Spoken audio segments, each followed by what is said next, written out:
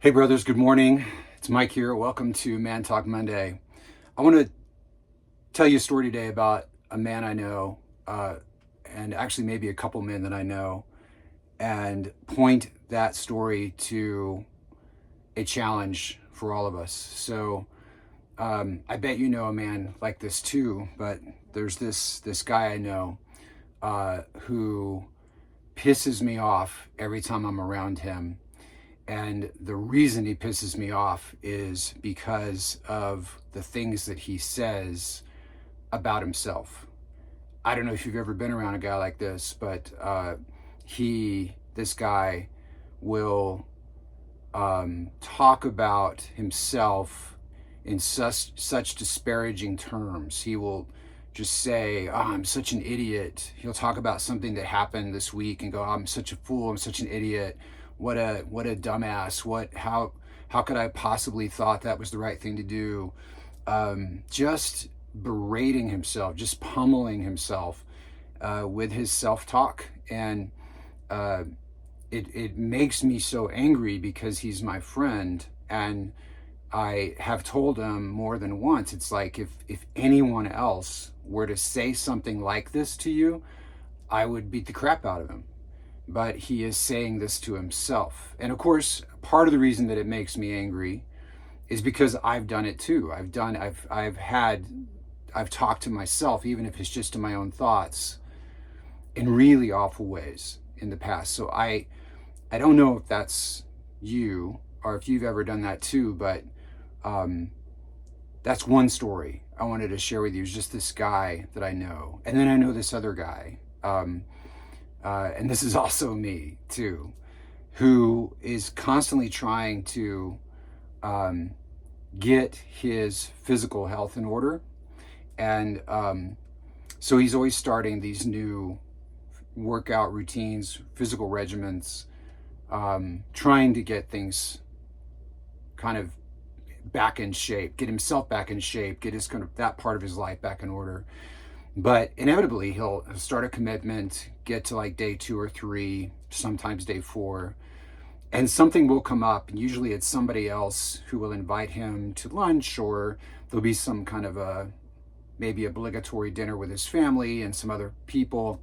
And his word to himself, his commitment to himself, just goes flying out the window, and he breaks faith with himself in that space, and that makes me angry too, because it's also me. I've also done that, and so I wanted today to talk about this topic and this idea of how we treat ourselves as men, the internal way that we engage ourselves as men. And there's actually I don't know of a word for this, so I made up a word for this.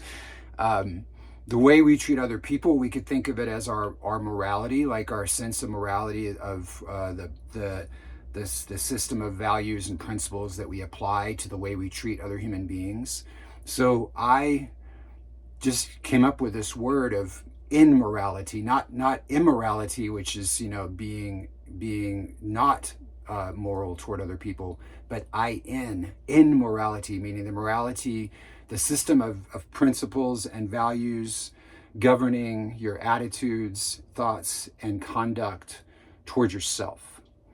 I want to talk about immorality today and why it's so critical to the way that we show up in the world as men. I remember clearly the day that somebody challenged me on just the idea of breaking your word to yourself. And what this man said to me was the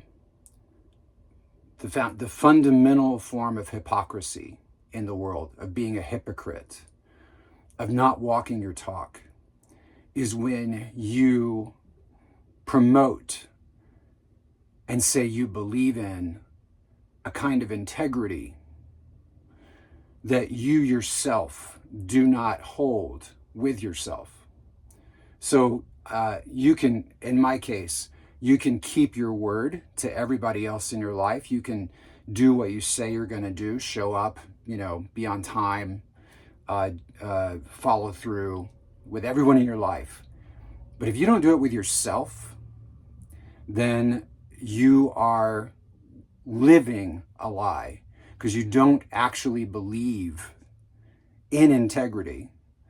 What you believe in is other people thinking well of you. That was my conviction for myself, was what I was actually believing in was making sure other people thought I had integrity. But the actual principle of integrity I didn't believe in because I didn't keep my word to myself. So I want to go through what I think of as four kind of pillars of immorality, of the morality of the internal world. And I just want to challenge you, along with myself, to ask the question, am I living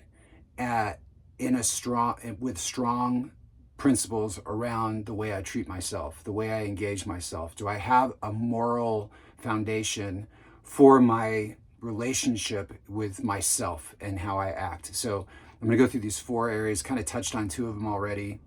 The first one is integrity, this idea of your outside and your inside matching, like what you say and what you do, what you think are all aligned. So this is first and foremost honoring the promises that you make to yourself. So the way to test this simply is just to pay attention for 1 week, even just one day, of noticing the promises that you make to yourself and whether or not you keep them, and how easily or hard it is for you to break a promise to yourself. Whether that's around your sleep habits, whether it's around some other sort of practice that you want to stop or start, whether it's around your food, whether it's around your spiritual practices, whatever it happens to be, things that you know that are important to you and that you want to honor in your own life, and you make a commitment to do you follow through with them consistently, right? So keeping your word to yourself, honoring your commitments that you make to yourself. And it comes back to that idea in scripture of letting your yes be yes and your no be no, but having that be true also for yourself. So just to say, I will X or I will not Y, and let that be true. So do you have integrity with yourself? That's the first one. The second one, area of immorality that I want to talk about is honesty. And this is a huge one for everyone, especially right now in the world. But I think particularly for men, we love to put up fronts. We love to mask up. We love to posture, to put our best face forward, even to ourselves, to give ourselves a pass. It's often said that we judge other people by their impact on us, but we judge ourselves by our intentions. So if I didn't mean to hurt you, then it shouldn't count. But even though you didn't mean to hurt me, but you did, then you're liable for that. So be willing. I think honesty in terms of immorality is being willing to look at yourself unflinchingly in the mirror, to actually look for the ways that you are not being honest with yourself about the impact you're having, about the way you're showing up, about your own alignment with the things you say you believe, or the things that you say you're going to do, or the things that you say you love. But to own your bias, because we all have them, and we're very quick to point out the bias in other people, but think that our own bias is pretty minor, that we can hack the system. And so I think the humility of recognizing that our bias is just as intense as anyone else's, and to know that we are very prone as human beings to self-deception, and to own that bias, to own that tendency towards self-deception, to be vigilant, to look for that self-deception. That requires a level of humility that I think is a high principle of that immorality. And just to have no fig leaves, like to not hide your truth from the world around you, and to quickly adjust, especially to yourself when you find that you are wrong or you discover that you've gotten off track, that you course correct quickly and don't wait for someone to force you to do it. So honesty, that second principle of immorality. The third one is kindness and compassion. And this comes back to that story, that first guy that I mentioned, who just was treated himself in his self-talk was just horrendous. And I would never tolerate being around someone who treated anyone else that way, and yet he treated himself that way. So I think this is about tending to your own heart and your own hurt as you would to a friend who you dearly love. I'm going to repeat that. Tending to your own heart and your own hurt as you would to a friend you dearly love. Not to be, I guess, macho in the sense of armoring up and thinking that you don't need to be careful with your own heart, or to be sensitive to your own soul as a man because you can take it or whatever. That's foolhardy, because for one, you will end up treating other people the way you treat yourself eventually. So being gentle and generous with yourself, being kind and compassionate with yourself is the foundation of doing that with other people. So being gentle and generous with yourself and recognizing that you are always in a great battle, and that battle is hard, and you need to be careful and to mind your own heart, to tend to your own heart. Never take the side of the accuser in your life. Like, you're going to have people and forces in the world that are going to accuse you all the time, but to never take their side. Don't ever agree with them. Like, just to always be an advocate, an ally for your own heart, and to pay attention to what you actually need. I think one of the best questions that we can, as men, ask ourselves on a regular basis is, what do I really need right now? Especially like when you're about to go down some rabbit hole that you know is not good for you, whether that's a sexual sin or porn or eating a whole cake or whatever it happens to be, to just stop and ask yourself, this is not what I need. Like, what do I really need right now? And then tend to your heart with kindness and compassion. I think that is a key principle of immorality, that inner morality that we need as men. And then the fourth and final principle I want to talk about is a growth mindset. And you do hear guys talk about this a lot. They tend to talk about it in a competitive sense. Like, if you're going to be a winner, you've got to have this growth mindset. You've got to be out there earlier than the other guys. You got to defeat the other guys. That's okay. I mean, competition is great, but what I really advocate for is more this sense of really thinking about the value of achieving your potential, like achieving your own mastery as a man in the ways that you can achieve that mastery. And that's not dependent on what another man does or doesn't do. But to always live, I think in this category, I'd say, having a growth mindset means that you always live with a bias toward risk and growth. Most of us are taught within the culture, it's kind of weird, because we're taught on the one hand that we have to climb this ladder of success, and there are certain areas where we are told to risk, but in most of the other regions of life, the other arenas of life, we are taught to play it safe, especially emotionally, relationally, in some cases financially, spiritually, geographically. I mean, you just go down the list. We're taught to play it safe.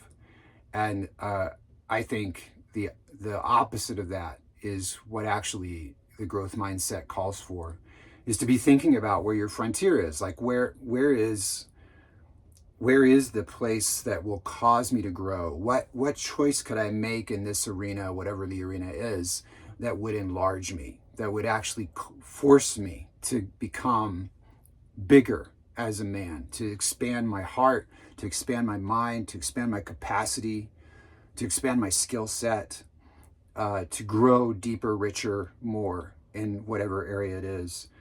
To always be asking myself, how can I grow toward wholeness and mastery in whatever area it is? If I'm having conflict with my spouse or with my significant other, rather than making that like something's wrong, that I shouldn't be happening, to look at it as how can I leverage this challenge to grow myself toward wholeness and toward mastery in my relationship with women or with this woman. Same thing with your body, same thing with your intellect, same thing with your emotional life, same thing with your spiritual life, same thing in sports and recreation, all of that. Same thing in your career. But to choose as a kind of a rule of thumb, to choose growth over comfort and to choose risk over safety.